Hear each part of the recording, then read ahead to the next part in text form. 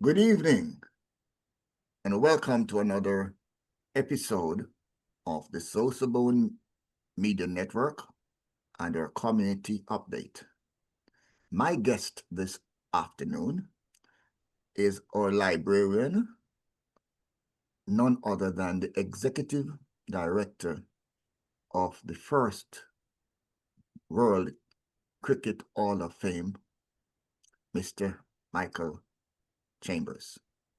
I refer to Michael Chambers as a librarian because he keeps the library of the accomplishments and the recognition that we have for persons who have contributed to cricket worldwide so that the history of our cricket does not get washed away with time. So again, I say, Mr. Michael Chambers, welcome to the SosoBone Media Network. Good afternoon, Mr. Hall of Famer Trevor Smith.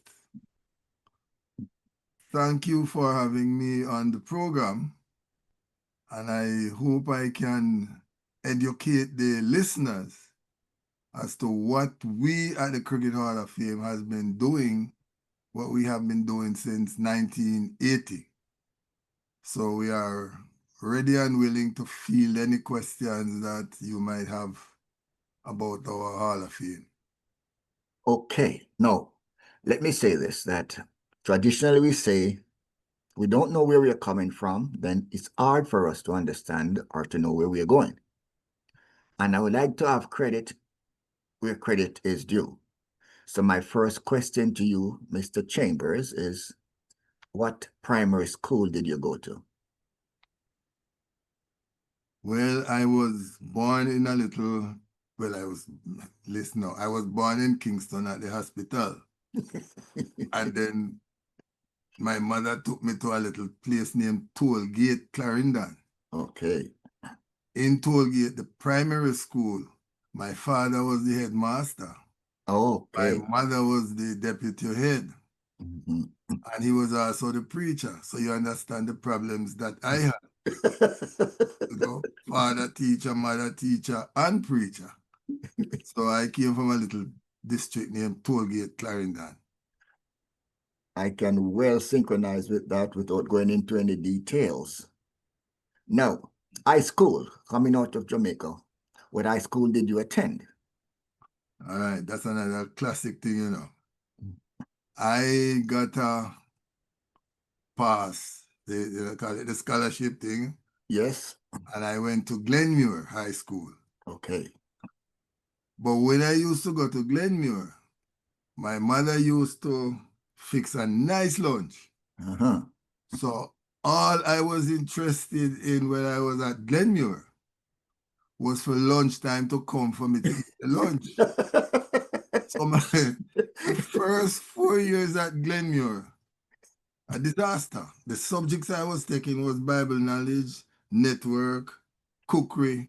I was a dum-dum. So at one stage of the game now, in fourth form, my principal, who was Mr. Scott, explained to me that I had to take over fourth form. Uh-huh. Now, by this time, I had my eyes on a young girl by the name of Arlene Dunkley. Now, Arlene was going up to fifth form, and I was staying back at fourth form. No, that wasn't going to happen. So I went home to my mother because at the time my father was vacationing in US. Mm-hmm. So I said, Mama, she teaching at the school and I'm going to go over, come and leave the day, half day, go home.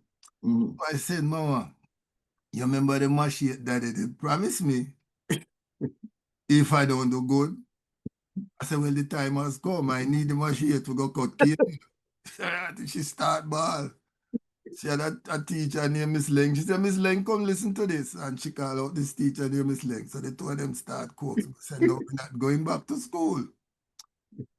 So next day she went to KC because KC was an Anglican school. Mm-hmm. And they were Anglican preachers. So the the headmaster at KC told her, yes, he would take me. So she came back and gave me the news. And I said, no, Mom, I'm not going to Kingston because, no, Mr. Trevor, listen to this. I know how bad I was. Now, if I bad and go to Kingston and mix up with badness, it's trouble. So I said, no, I said, there's a little country school up in the hills, Clarendon College. I said, go up there and check with the man if he would give me a second chance. So she went up there. Yeah, I don't know if you ever go up Chapeltown, but it's some reckless road for go up, you know. So my mother drove up there, you know, and she went up. Mr. Stewart says, yes, bring the man come. So the next day we went up to look for Mr. Stewart. So we went into his office. Good morning, sir. I said, good morning, sir. He says, 2 weeks ago, there was a cricket match down at Tavanur. That has Clarendon College cricket field, you know. Him say, you was the pace bowler from one end. Yes, sir. Yes, sir. Yes, sir. And who was the other man bowling from the other end? I says, that was my brother, sir. So he opened with pace and my brother bowl left arm, cutter and thing. Him turned to my mother and I said, I don't even want to hear the case, you know. I don't know what him do. I don't want to hear. What I know, I want the two of them here. So I am not taking this time. My brother was going to Glenmuir, you know, and it was Glenmuir who played Clarendon College. So him said, no, he's not taking one. He want the two. So my mother had to go back to Glenmuir, release my other brother. And so that's how I ended up at Clarendon College.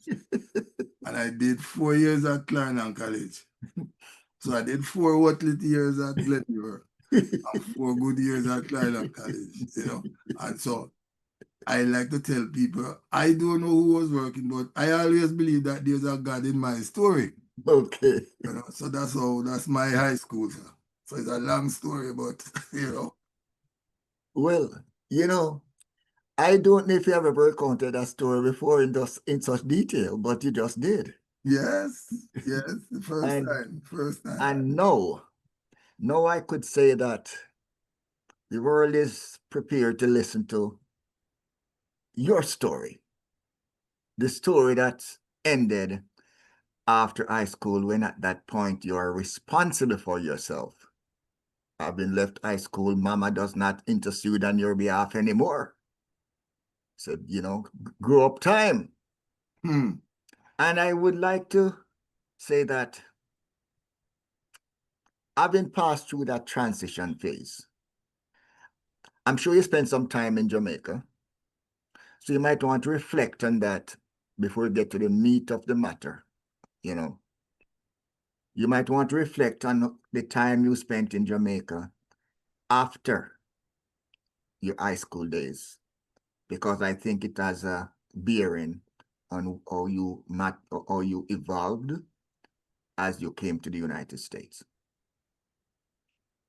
Well, you know, you're going to laugh because that story is even more complicated. Because in my younger days, when at Glenmuir, like I tell you, the only reason why Mr. Stewart took me at Clarendon College was from a cricketing ability. I was a pace bowler.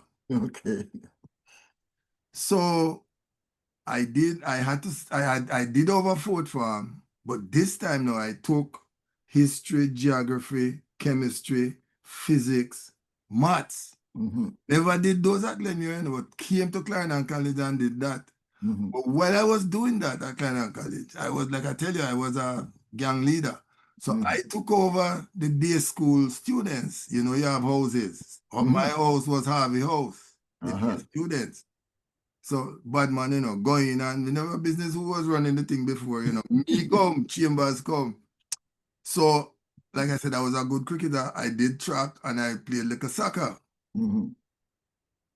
When Jamaica West Indies was selecting the first under-19 schoolboy cricket, I was called to play for All Headley. You had All Headley and All Sunlight. Headley Cup. No, well, I played for Headley Cup, but when they picked the trials team now for the boys to go to Barbados under 19. It was all Headley versus all Sunlight. So it's the all-star team. All-star team. So I was on the Headley Cup all-star team. We play out in Linstead. And boy, I go on good, you know. But the captain now kind of hold back the thing, you know, kind of want to him pace bowler for make the thing. So he never bowl me too tough. Give me a 3 little over and Lindell Wright and Anthony Wright. And them want them a bowl team and them can't get me off of the square, you know. I'm like, what? The boy take the ball from me. I mean, not say nothing. So now, our time for bat. The youngster named Paul Buchanan, my time for going, Bucky bowl at me, Bucky could have bowl speed, you know. So I said, no, me have to make this team, I not get no ball for bowl. And man, me give Bucky ball some in a Spanish, you say rotted licks. Put some licks for Bucky, man. Bucky look up when him see the ball go vibrate. Start the match. We stand up and the Kingston boy, them turn and say to me, boy, that yam liquor. Bucky say, no, Uno don't call him yam liquor, because that boy lick me straight back over my head, you know. So the Monday morning, no, Brother Trevor, you know when we run for the Gleaner, I'm going to select the team. You want to see the score? No, not the score. You want to see the team? Schoolboy team that was like, I forgot Barbados. General, when me look, me not see no team. Oh. My Chambers not in the team. Oh, God. Me start crying, you know, boss. My mother came out and she said, what happened to you? I said, Mama, me don't make the team. She said, so what? Me say, me don't make the team. It's like, you know, understand what me say, me don't make the team. So she go away and she got over the school and do what she have to do. And she come back to me and she say, I am going to the US to go look for your auntie and uncles in another 2 weeks. Why don't you come with me and take a little vacation from the cricket? I'm used to eat cricket. I used to sleep with the ball in my bed, you know, sir. Okay. So the time came and I came to the US. So I came to the US in 68. And for 10 years, I never came back to Jamaica. So I really never had a life in Jamaica. Okay. So when you ask, that's why I said the thing going to be complicated. I never had a life in Jamaica. I never enjoyed, you know, working or going to UW. No, my one was only high school. Well, you see, you know, you had a life in Jamaica. Right. Because that is what springboarded you and enabled you to end up in the United States. If you had made the team, you never have ended up in the United States. That is so true. That is a correct statement. Okay, so again, we say now that, remember, as our conversation is, we think we are in charge, but... Yes, the Lord knows best. The Lord knows best. Yeah, so, having said that now, you came on a vacation. How is it that you end up not going back for 10 years then? Well, I am kind of lucky that ICE wasn't around.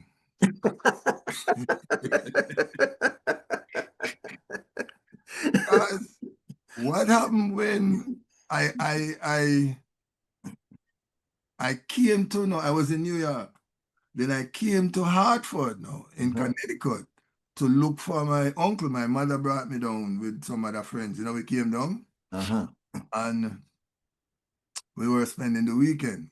So the Saturday night, my uncle said to me, I am going to a dance. Would you like to come? No, my mother loved dancing, you know, boss. I just said dance, she start dance. So everybody got dressed this Saturday night. And them days now, you carry your brown paper bag. So you carry your liquor, you carry your chicken, your fried chicken, you know, because the dance you're going. Went to the dance, my dear son. My uncle now it was a cricket club, Sportsmen's Athletic Club was having their dance. But that's the dance we went to. So him start introduce me to everybody now as the greatest cricketer that ever come out of Jamaica. I know me can bowl, I know me can bat, and oh God, the man carry on the night. Cricket finish, dance finish, and we go home. 10 o'clock the morning, I hear a knock on my uncle door. Okay. Him say, Mike, go answer that. And the man who see us, and me just come and him and send me go answer. So when we go, I saw the captain of the team. You understand? The man say, well, your uncle say how great you are. Well, we need a great man today because half the man them drunk and can't play. So would you like to play? I say, what you talking about, man? But I say, I have no white clothes. Him say, that is the easiest part of the thing. Him say, you ready? I say, me have to go tell my uncle, man. I don't live by myself. So I go out the door now. I say, Uncle Oliver, brother Tommy outside want me to play some cricket today. But him say, you don't have no clothes. I say, well, brother Tommy saying, we buy me some clothes. So, boss, me catch a shower quick and change up. And brother Tommy took me to a little place named Treasure City up in Bloomfield in Hartford. So him buy me a pair of white corduroy pants. I don't know if you ever know them. Yes, man. Me know corduroy. He buy me one white shirt. No, boss, I left my Garfield Sobers boots in Jamaica because I was never planning on staying here. Him buy me one pair of white crepe. You know, and so, the man outfit me. So that Sunday I played my first match in Hartford. But my brother say I mustn't say this on the ear. But I really don't care if I speak me up. Because when I went to the field, Brother Tommy said to me, well, you know, it's a league match. And you have to be registered. So we're going to give you a name of a man who is not here. So I don't remember the name, but him give me one of the junk man them name for playing. Because you had to be registered. You had to be registered, but the men came from New York, so them don't know who is who. And those days, you know, have ID. You know, you just get a name, and if you're on the books, you got a name. So I played my first match in somebody's name. Okay. The man come over to me and say, you want a bowl? How you mean if I want a bowl? I'm going to play. Listen, man, you see when I run up and bowl my first ball. The brother shot him and give the ball a lick. When I look, I see the ball go up. Go up. Then America, you there, you know, so it look like playing. Six, the man, the first ball, my ball in America, the man walks it for 6, you know. So what you think the second ball in America will go bowl? A bouncer, man. Yes. Yeah? Discipline. You can't bat so good, me have to discipline you. When me lick down the ball and it come and eat him short. Me see the skipper run come. He say, Chambers. He call me by the wrong name to you know. I call me by the right name, the name. He say, the man can't bowl like that. Me say, then what you want me do? He say, run up and go like you hurt. So me take you off. So my first over in America, I never bowl 6 balls. So I go like my hurt and him take me off. Then when I go for bat now, the same thing happen. The same boy you come bowl to me now will lick me for 6. Boy, me turn on some licks on him, man. The man come out there and say, you have to out, man, you have to out. Me say, why the man can't bat like that? You make him look bad. You're making him look bad, right? I came home and then no boss, I never see so much stew chicken and pork. The women of the club now cook and bring out the Sunday now, you know, Sunday meal for the men. So after the match, what a serious eating and drinking going on, man. So me come home now and me tell my uncle and my mother, me say, boy, I don't think me I go back to Jamaica. You know? So me fell in love with the guys. I never went home, I stayed. I went down and I got a B2 visa, student visa.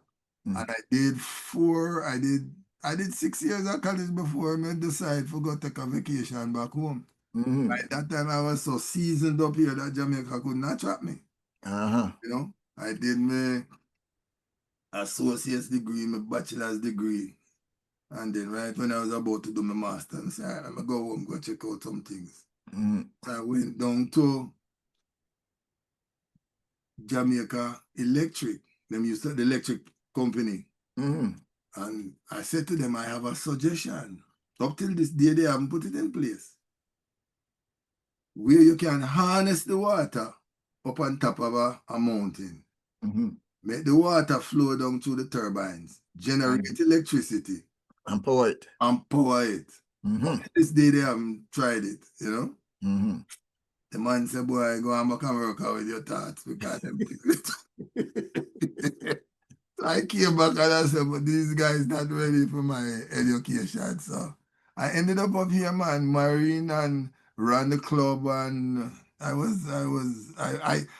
claim that half a heart for its development was as a result of what I did at Sportsman's. Because everything we did at Sportsman, the other clubs followed, you know? Right. Yeah, so that is my start. Good footprints, good footprints. So now the world understand the mic chambers or the product that we have now. Now, along the way, we come to the meat of the matter, the Cricket Hall of Fame, the first World Cricket Hall of Fame. And let me repeat this, the first World Cricket Hall of Fame. I want that to be clearly established so that there is no watering down of history 40 years from now. Because invariably, we find that sometimes people comes along and would like to erase history for the sake of politics, or the sake of jealousy, or for the sake of not wanting to give credit because of race or ethnicity. I say that because we have an example, whether it be, religious background or inventor's background, where many persons who were credited or were not credited for the vision that they had in creating products or services that has helped to shape our community. Now, I referred to you earlier as our librarian because while it might be regarded as a digital library, but along the way, we now have the first World Cricket Hall of Fame. And I find it very intriguing that you're instrumental in forming this organization.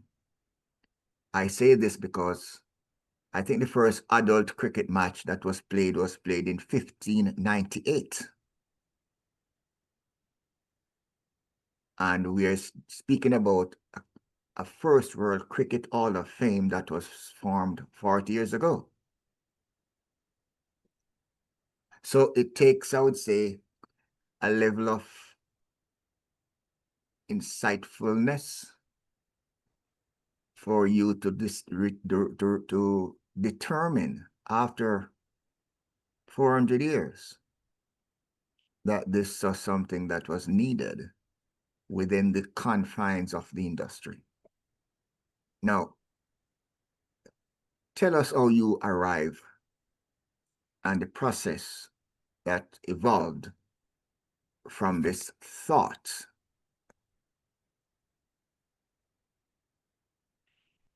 Well, like I said, I came here back in 68 and ended up falling in love with Hartford, Connecticut. The fellows, the cricketers, I fell in love with them. They were a great set of guys.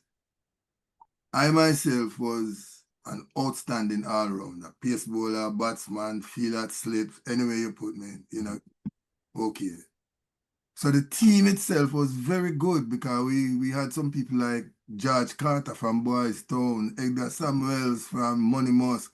We had some great cricketers playing, a guy named Sewer, Roy Sewer, Estate Cricket. So the team was, I say it not because I was a member of the team, but because I'm prejudiced. You know, I think we were the best team in the US.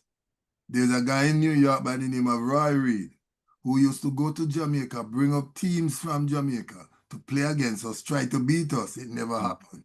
We were very good. So, in 1980, fast forward now, 68, we formed, well, they had formed it, I joined it. With my little intelligence now, I put that on top of their brilliance. And so we were a very good organization. So we bought a building that we, for the love of me, did not understand what we were doing, but we bought 2 buildings that at present value in the millions of dollars. So we're looking good. We're playing good. 68, 1980. I am at the club one Sunday evening with my cousin who was at that. They used to, when he bowl medium pace, they say he bowl moon ball because the ball, you can't bat him. So we are standing there. He died, passed away the other day. He was 90 odd. No, I am 75. All these guys, I come here at 18, 19. All these guys were 20 years old than me, 15 years, but thought I was their age. You know? So, man, they spoon-fed me, you know, everything. So one day, the both of us, I'm not going to say we had too many drinks, but we had one too many. We were conversing. And he says to me, he says, cuz, we're looking at the building now, I say, you know, the day is going to come when we are going to come at the front of this building, try to come in, and the person who's running it going to ask us, who are you? I said, oh my God, I sober up same time. I said, Brother Ken, I didn't look into that yet, you know. He said, well, I am thinking we should put up a museum. That was his idea, Ken Wallace. I was the president, so I commissioned a group of guys to look into doing a museum. Well, about 6 months into the commission, one of the fellows came to me and said, Mr. President, there is a fellow up the road, which is now the other club, West Indian Social Club, who has an idea, but that club throw him out. They say he's too progressive. So I said, what is his idea? He said, he wants to do a cricket hall of fame. I said, okay, well, we have a museum and we have a cricket hall of fame. The two is not too much far apart. It's just how you get things into the museum. So I summoned the fellow who was from Trinidad by the name of Errol Hussein. Summoned him for a meeting. So we had a meeting at the club, and this fellow was brilliant. Everywhere that he was way ahead of everybody else in the community. So he didn't come with word of mouth. He came with some documents. I mean, I like read documents if I know me write them, you know, sir. You have to kind of start, understand. So when I started reading the thing was so powerful, you know? And it went through the steps, how you induct people, and what is the results of doing this. And I said, oh my God, this is powerful. Why do a museum? So I said to him, here is what I'm going to do. I am going to give you honorary membership in the club. So when you talk, everybody have to listen. Call a meeting, explain to the people what he was doing. And those days, you know, so there were about 80 or 100 members in the club. And the dictator that I was while I was president, the next guy who would run against me as president, every year we have election, you know. And it was so crazy that every year he run and he would only get 5 votes and we would get 95, but him still run. Him running against the KC bully. So what happened? They bought into the Hall of Fame thing. So we tried to sell it to the entire world, US now, you know, to the other clubs. But bear in mind, no, most of the other clubs weren't financially stable. Most of them, they didn't have a clubhouse. They were meeting at person's house. So the club said, Mr. President, let's stop wasting time.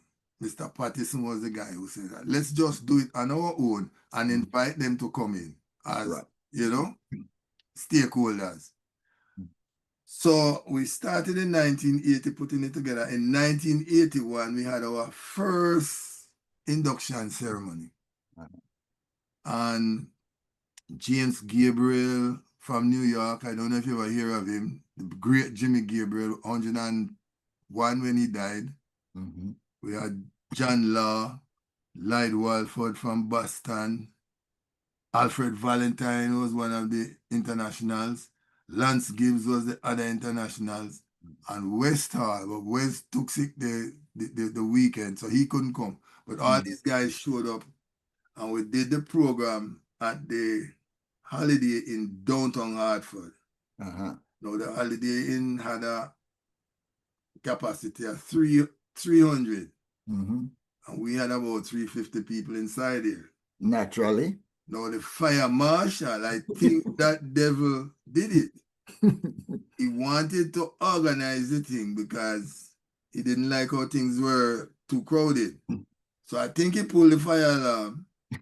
The program got interrupted for about half an hour. He was able to check out the place quickly with it, you know. Then he came back to us and said, all right, everything looked good. So we went back into the first program. We had about 300 people. Lance Gibbs was I never know that cricketers were so funny, but Lance Gibbs, Alfred Valentine at the club the night before, the Friday night, hugged me and was crying. And he says, imagine I have never played a game of cricket in the US. And the first time I'm being honored is here. And we had a gala, you know, sir. I mean, you miss one, but you can come to the next one when you get the yes, I'll be there. The Lifetime Achievement Award. But it was so rich. The guy, Errol Hussein, did such a great job, man. We had the entire West Indian ambassadors in the US. They were all there. How he did it, I don't know but he found the finances and we had a perfect function. And so that's how the first one started. From two half-sober guys talking about themselves. It was ego. It wasn't about nobody else. We didn't want to be forgotten, so we wanted to put something up to remember us. But I am inclined to say that it was 4 guys that were sitting at the bar. You and Len and Jerry and Neville. Yes.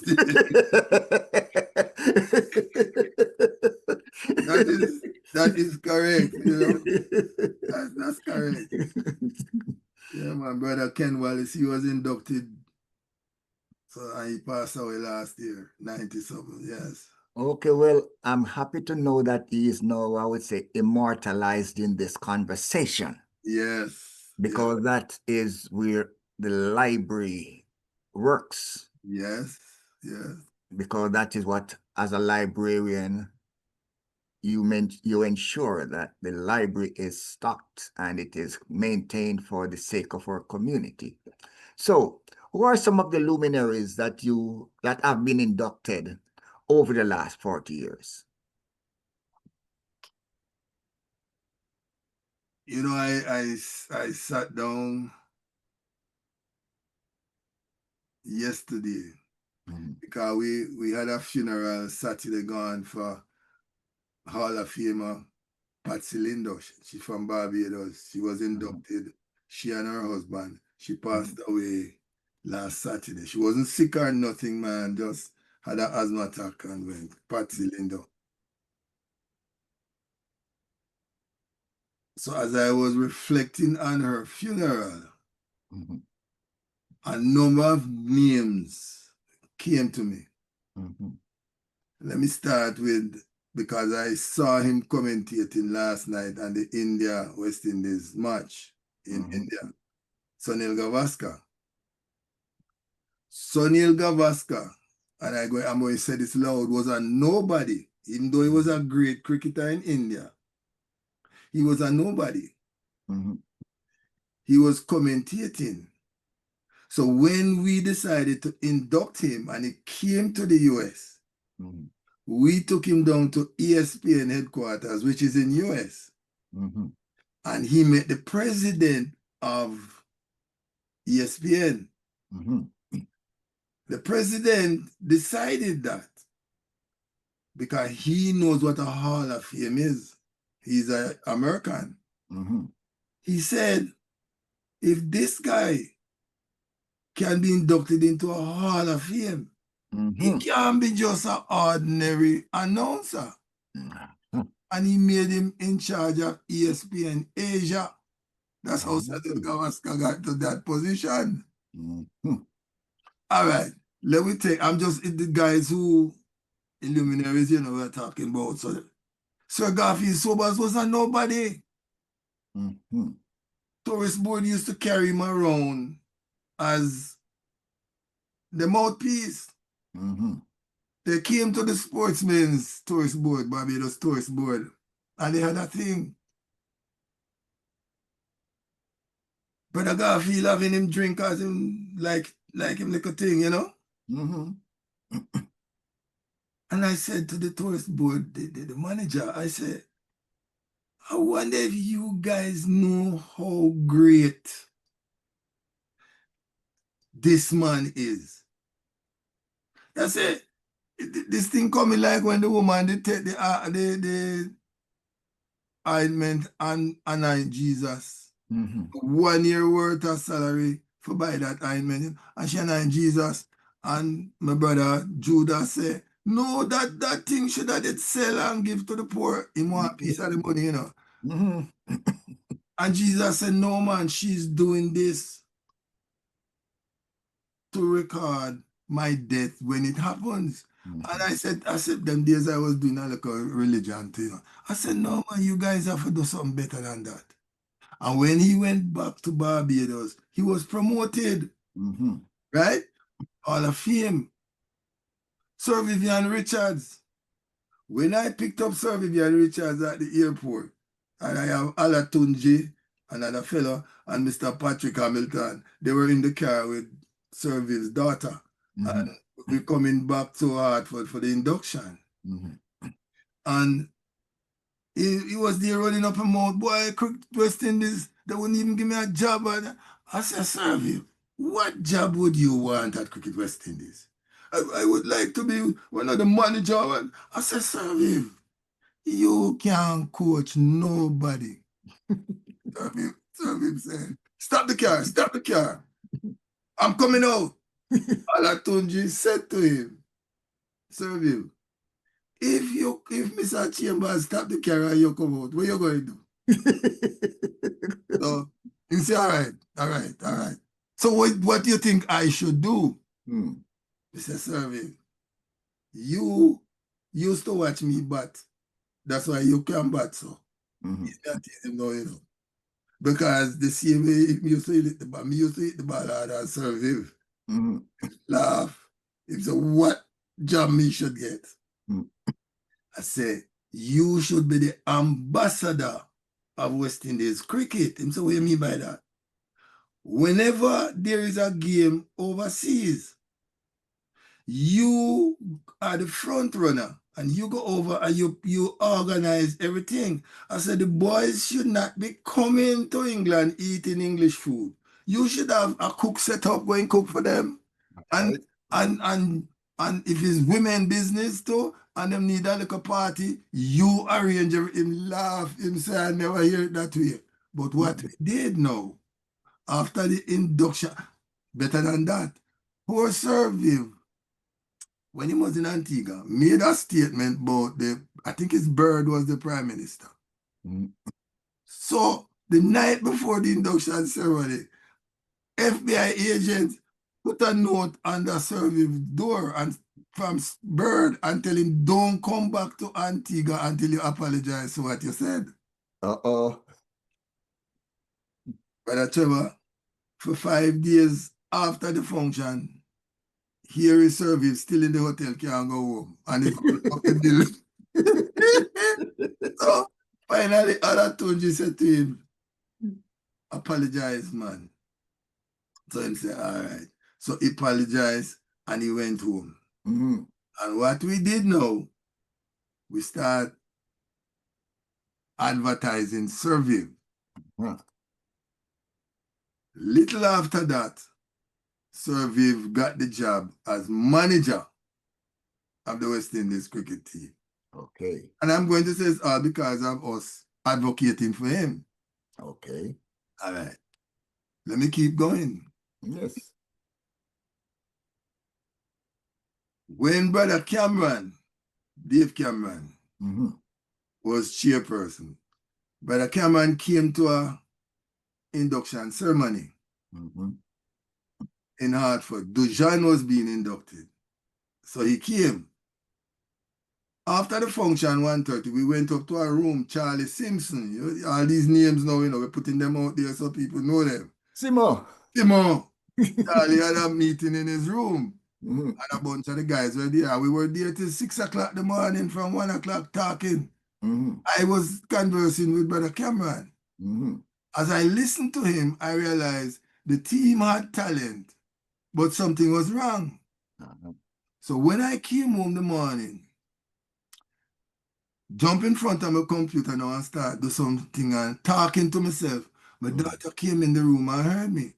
And she said, Dad, what were you talking to yourself, man? I said, yes.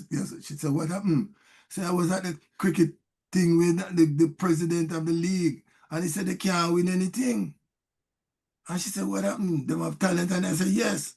And she said, so I said, well, what could be wrong? No, she's a special ed teacher. She said they need mindfulness training. I said, girlfriend, what is mindfulness training? Boss, me don't know them big words. And she spent about an hour educating me. Mindfulness, visualization, emotional intelligence. And when all is said and done, she said, no, you have to work on their executive function. Boss, me confused. You say all them things that we have to do to make them win? She said, yes, because what is happening today is that all the industrial nations who are moving forward are now realizing that there's a thing named executive function that you have to develop in young kids coming forward so that they are able to cope with the world. But Trevor, I spent the next 1 year studying and wrote a book called Winning Strokes.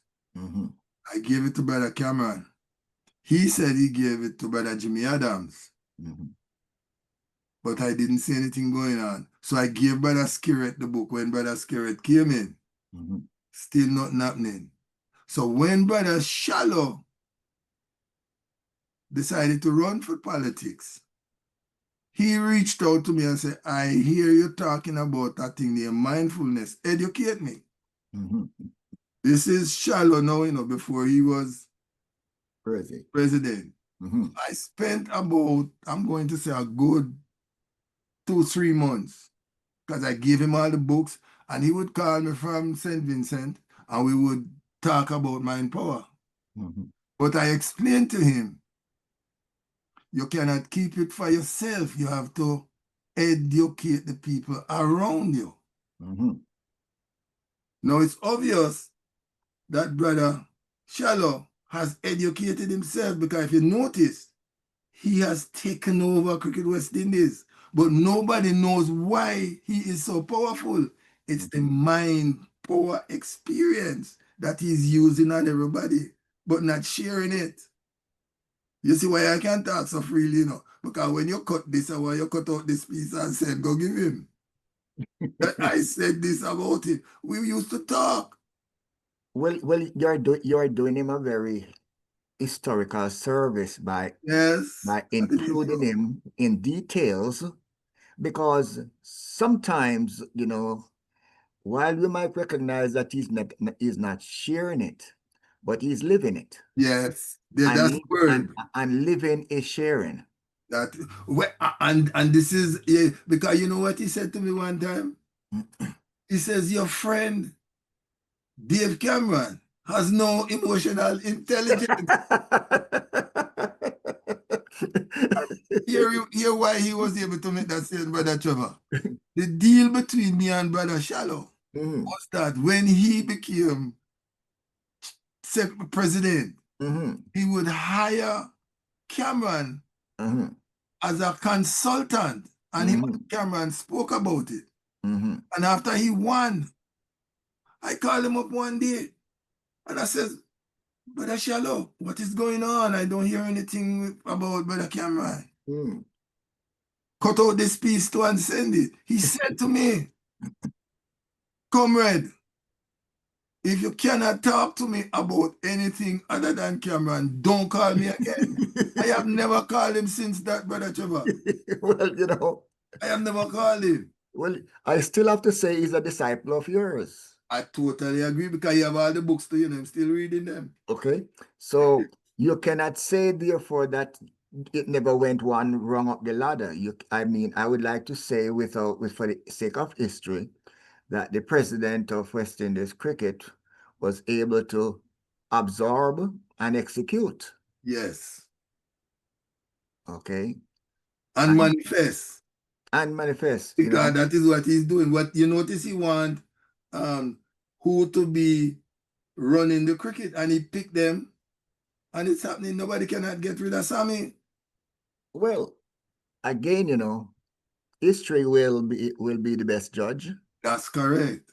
And you're providing accurate data to explain and to back up his decisions. Okay. And that for that, I would say cricket world will be able to pay tribute 10, 15, 20, 30 years from now. Because I would say that when you throw a stone into a pond, the first thing that you see are the ripples. As the stone sinks to the bottom, the ripples starts. And no one can tell me where the ripple stops. Correct. And at the same time, when the ripples goes and it's against another object, it starts a new wave of ripples. So while in the short term, we might say that, Shallow did not share, but Shallow kept the light burning. Okay. But continue now to some of the other inductees for the sake of our record, so they can recognize that they are identified. And I'm happy to know that at your age of 75, you still have all your memory intact. So I just want to get it before the whatever might happen down the road. Which is coming, it's coming, Brother Trevor. So I am writing down everything. There's a fellow in New York by the name of Roy Reid. I don't know if you know him or you ever heard of him. I've heard of Roy Reid. Roy Reid. No, he got the Lifetime Achievement Award last year. Well, they say Roy Reid is the most arrogant person in the world. Well, I did watch the 43rd on Mac TV. Right. And so I saw when he got the Lifetime Achievement Award last year. So the only other arrogant person as close as Roy is a fellow by the name of Roy Sweeney. I don't know if you know him. Well, I know Roy Sweeney, Park and Simmer goes a long way back in New York. Right. I know all about that too, okay? And then I am a fan, okay? The next arrogant person in the world is Dave Cameron. Okay. Because when I was in Jamaica and I asked the fellows, I said, fellows, how could you have a person like Dave? I want to throw him away. You hear what the man said to me, him too bossy. I said, that is him only problem. Them say, yes, him too bossy. But that's a beautiful thing, because it says wherever two or three are gathered, you have a trial, and the triangle is the most powerful shape that exists in our qualification of shapes from round to square to rectangle. The triangle is a weapon. Yeah, man, the spearhead, yes. Yes, most powerful of the shapes. Yes. So these three guys, I named them because arrogance is a virtue. And let me explain. If I call up Brother Trevor and I say, can you do this for me? And without even thinking, Brother Trevor say yes. That's arrogance. Without even think. But look at this. In 2 days' time, I'm going to get a message. Here is your answer from Brother Trevor. So now, arrogance is a virtue, because if Brother Trevor wasn't arrogant, he wouldn't tell me yes right off the bat, because he would not be confident in himself to be able to get it done. So when I call these 3 guys' names, Dave Cameron, Roy Reed, Roy Sweeney, the guys in New York, I used to talk with Roy twice a week for 8 hours from 7 o'clock at night to 8 hours. My wife used to say, you must be in love with that guy. What do you have to talk about? When Roy died, Brother Peter, I don't know if you know Hugh Peter. Yep, Peter. Peter took Roy's place. So me and Peter used to talk. You know? So that is why there are certain fellows in New York, when I want certain things done, I know who to call. But, you know, the thing is that sometimes we do not recognize the speed at which someone thinks when we ask them a question. Exactly. And based on the fact that we might be comparing them to ourselves, because you have to come to the conclusion that there's no question unless there's an answer. Yes. It cannot be a question unless there is an answer. Okay? And sometimes when someone hears a question, they're conceiving, they're believing, and they can achieve at super speed. And sometimes we are comparing their ability to our ability. So we say they are conceited because they are self-confident. They're ahead of the curve. Okay, we have the same problem when we look at a chess player, when we look at a great soccer player who sees the play before it takes place. Okay, in many capacities, we have financial geniuses and wizards who can predict what's going to happen based on the action that took place yesterday or today. And we just not, if we are not on the same level, we come to different conclusions about the person. I mean, growing up in Jamaica, you know, when we never used to have doctors, more than one doctor, and you know, I have a dentist, and that man have that. When you growing up, you never know that there's a thing named filling in teeth. Yes. Take out everything. Okay. You know, so I'm just saying that, you know, even in the capacity of having our healers in our village, when somebody's sick, forget about doctor 40 miles away. There's a person in the village who is a healer. And in some capacity, they say that she's our woman. Yeah. You know, because she has an intuitive understanding and a conclusion as to what caused it to happen. You know, I mean, not to be on the comedic side, but I mean, these 2 doctors were, well, this experienced doctor was going around to introduce his new young doctor to the patients, figuring that somewhere down the road, you know, he might need him to take over. So he went to one and he says, what up? Okay, how are you feeling? She says she's feeling, you know, like she's acidic in her stomach and all of that stuff. You know, she's not feeling this and she's not feeling that. So the doctor's stethoscope dropped on the floor. So he bent down to pick it up. And when he bent down to look, went to pick it up, in the corner, I saw about 15 ripe orange peel. No, ripe banana peels. So when he got up, he said, well, you might want to cut down on the amount of fruit you're eating. I said, okay, doctor. Okay, doctor. Okay, doctor. So when he came out, the young doctor said to the experienced doctor, older doctor, how did you come to the conclusion about the fruit? He said, well, when I dropped my stethoscope and bent down, I saw about 15 ripe banana peas underneath the chair. And it's more she eat it. So, so that doesn't make it sick. Yes. So the next one, the young doctor said, okay, let me try it now when I go to the next one. So they went into the next one, and she said, oh, she was feeling tired. She always feeling tired, doctor.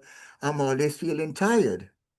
So the young doctor dropped his stethoscope on the ground and he bent down to pick it up. When he went, he said, well, you might want to cut down on your religious activities. So, okay, okay, doctor. So when he came out, the doctor said to the young man, so well, how did you arrive at that decision? He said, when I bent down to pick up my stethoscope, I saw the pastor under the bed.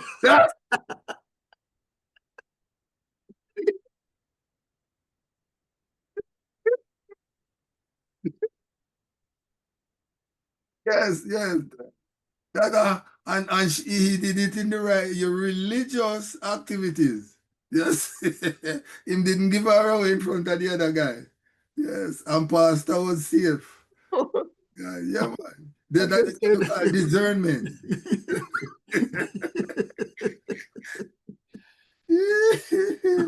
I'm just saying that sometimes the answer comes in unexpected. Yeah, man. Okay? The answer comes in ways that is not expected, is not normal, but it is still revealed. Yes. You know? And so when you speak to these gentlemen and you bring a thing to them, it triggers something that might have been sleeping on the side of their brain. And what they have really done is they have added to what you have given them. And even if it's only the execution that they added to it. Right. You know? So back to our inductees now. Continuing, the fact that we have the first Cricket Hall of Fame, and it started so long after cricket was being played. How far back do you go in immortalizing cricketers in the Hall of Fame? How far up wide do you go? How deep do you go into our historical background? And how wide do you go in the cricket world? Okay, we have an award we call the Golden Age Award. Mm-hmm. Now remember, the Hall of Fame does not select the nominees. Mm-hmm. Persons have to write into us Mm-hmm. and tell us.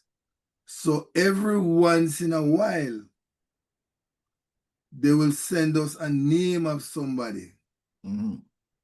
And once we look at it and they are willing to sponsor the event, Mm-hmm. we will induct them. So we go all the way back, but we were working on a recommendation from the great Hall of Famer Mikey Holden. Mm-hmm. He says, don't spread your wings too far back, because then you will not be able to give credit to what's happening today. So allow people to give you what they have. You don't go research it. But if it comes in, we will accept it. So from any age till now, from any year until now, we accept whatever is sent to us. Now, do you do posthumous awards? Oh yes, we do that. I think we did one last year. Yeah, we do posthumous. Okay. Yes. The great teams that we have of the 60s and 70s coming up, what percentage of them so far have been inducted into the Hall of Fame? When you say 60s, you're talking about the Mikey Holdens? Yes, the era, when we are the magnificent, the dominant teams. Most of the, remember we started before ICC, ICC is 20 years behind us, ICC Hall of Fame. So all those guys like Mikey Holden, Andy Roberts, going all the way back. All those guys have been inducted. Worrell, Frank Worrell, Weeks, Walcott, Hall, Valentine. So all those greats have made it in. You know, so that's why when it was so funny when Lance Gibbs was inducted into the ICC Hall of Fame, when he was standing on the field and they gave him the hat, Brother Lance didn't realize that the mic was open. So when he took the hat and he said, "This is it. This is all they give me for the induction," because he remembered when he was inducted into the Hall of Fame in the US, the sort of royalty he got, you know. Right. So now we have a bunch of, you know, old timers, and we have problem is these youngsters, I don't know who going to get in. I want to go and put them in because they're not performing. Yes, so the Hall of Fame is not limited to the West Indies. No, it's international. We are the only international Hall of Fame in the world. And we now have in excess of 100 countries are playing cricket. Right.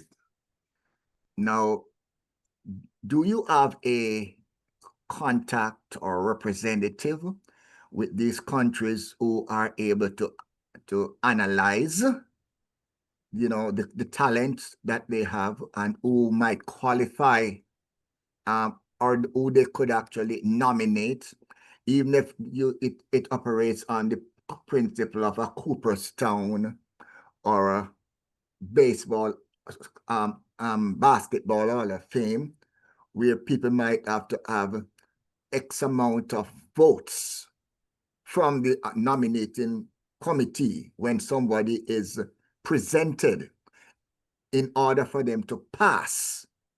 That is, we see where you have a timeline of, say, 10 years in some sports, where someone has to be out of the sport for about 10 years before they can be nominated. And after that, they might have a 5-year window during which they are nominated, and after 5 years, if they don't make the grade, then they sort of slip into, you know, they sort of slip off the table. I'm asking this just so we can see how we are measured with the other Hall of Fame, like Cooperstown, for example, and NBA Hall of Fame and NFL Hall of Fame, because unlike First World Cricket Hall of Fame, those Hall of Fames are just related to the nationals of the United States. Your Hall of Fame is global, a more powerful Hall of Fame. So I'm just asking the question so we can, you know, or it might be something that is added, and let's put it that way, as you go forward. Because I recognize Cricket Hall of Fame as the most powerful Hall of Fame in the world. And you're so right. So what we have been doing now, we have been reaching out to the different countries. And Jatin Patel, Hall of Famer Patel, Lifetime Achievement Patel, yes, has been doing that piece of the work.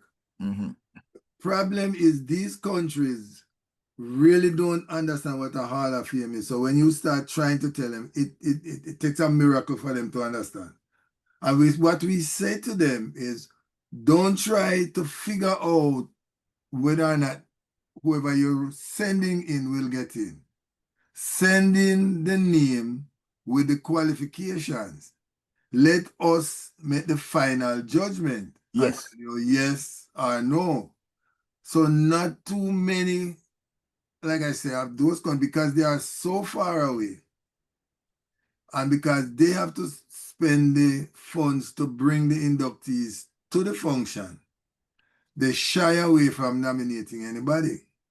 Well, so that is the biggest problem we have with that. And I understand that, but you see, notwithstanding the fact that you start with, it is 40 years ago, in relation to the age of cricket, it is still young. Right. And I guess I see someday when a nominee to the Cricket Hall of Fame will not be sponsoring himself, where the Cricket Hall of Fame will be like the Nobel Peace Prize.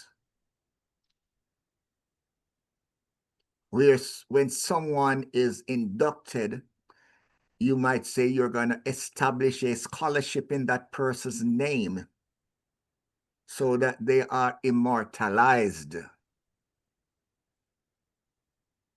We did that, when we started out first, it was the Hall of Fame who was responsible for getting the inductees.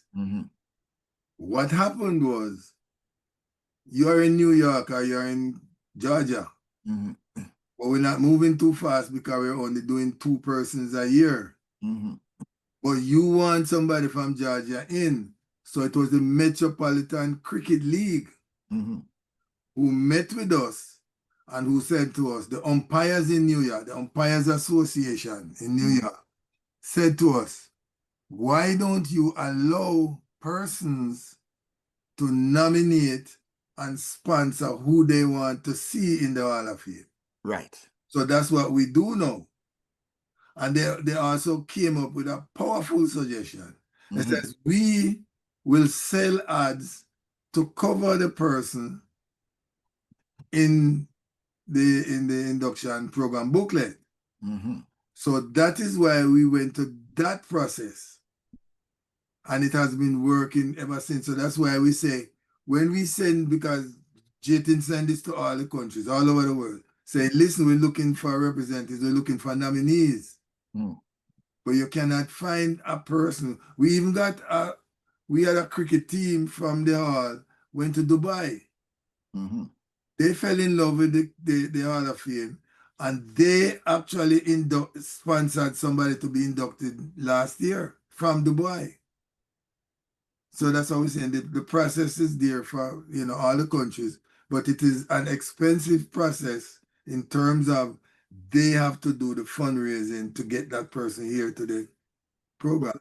Well, but the dreamer that I am and the fan that I am, I envisage, things beyond the ordinary, because I see we're going down the road. ICC will recognize that in the market where you're located, you're the most powerful force when it comes to the history of the game. You are about 500, 400 miles from Wall Street. And there's going to come a time when an organization, a company, will be making an offer to sponsor $1 million offer to sponsor, just to have their name associated with Cricket Hall of Fame. When things like finance does not occupy or waste too much of your time. When children who are going to school will aspire to be included in the Cricket Hall of Fame, when they can look back on the history of the West Indies or India or Australia, and it is shown to the world that you have 2 Hall of Famers from Australia. You have 3 Hall of Famers from India. You have 2 from Bangladesh. That will become the light that they hope to join, for them to say that they're in the Hall of Fame with Sir Garfield Sobers, with Sir Viv. And we are talking about historical figures. That is the position I see when I look at the Cricket Hall of Fame. Yes, it might be long after we are both gone, but it is not it is not a stagnant giant. It is just it's a waking giant. And yes, maybe I am a dreamer, I am a conceiver, a believer, and therefore I believe in the achieving process. So, and I'm saying this for the world to hear as they listen to this conversation, because there are people who write down in a sealed envelope things that they hope to accomplish in 10 years. And after 10 years, they're going to open the envelope. And everything they wrote in the envelope, they accomplished. And the dream that you had when you sat down with Ken and came to the conclusion that this was something, it's a seed you have planted. And, you know, in my conversation with people like John Melbourne and Brother Dale Brown, I said, so many of us leave our country and we get a nice Julie mango. And after we strip it down to the seed so it's white like chalk, we go plant it in the backyard with a dream. Then we pack up and we go to America and we come back after 20 years and we see this hell of a mango tree in the back and everybody picking mango like crazy. I didn't know who planted it. Nobody know who planted it. Okay. So you planted a seed and I expect it. I expect it to grow. And among all the things that what we call a diaspora, and we have planted as we have left islands that we belong to, I do not think that anything really can compete with the Cricket Hall of Fame, because it has no limit. It only has a challenge attached to it. That is, you can be a performer, a supporter, or you can be a spectator. And in the process of choosing where you want to be in relation to cricket, the Cricket Hall of Fame will reward you. And I see no other organization that stands in that, you know, in that alley. So let me at this stage thank you so much for spending this first hour with us on the SosoBone Media Network. This conversation will be continued because, as we all both know, we have not come to the end of the journey. So, Mr. Hall of Fame, Executive Director of the First World Cricket Hall of Fame organization, let me say thank you for your contribution to our history, for your contribution to our dreams, past, present, and future. And I hope that we'll be able to have you motivate our generations in the future. Yes, Mr. Hall of Famer, thank you. But although I don't know if you know who nominated you, it's the great Hall of Famer, Cliff Roy. I know. He nominated you for the position of Hall of Famer. I know. I did many things. I did many things with Cliff Roy and Simmer. Right. So in that New York. It is important that we put that in the records. and just last week, I called him and I thank him for nominating me. Yes, and sir. just and Simmer has a lot to say about that too. Yes, no, that's what I'm saying. These guys are a part of your being a part of this, you know. Yes.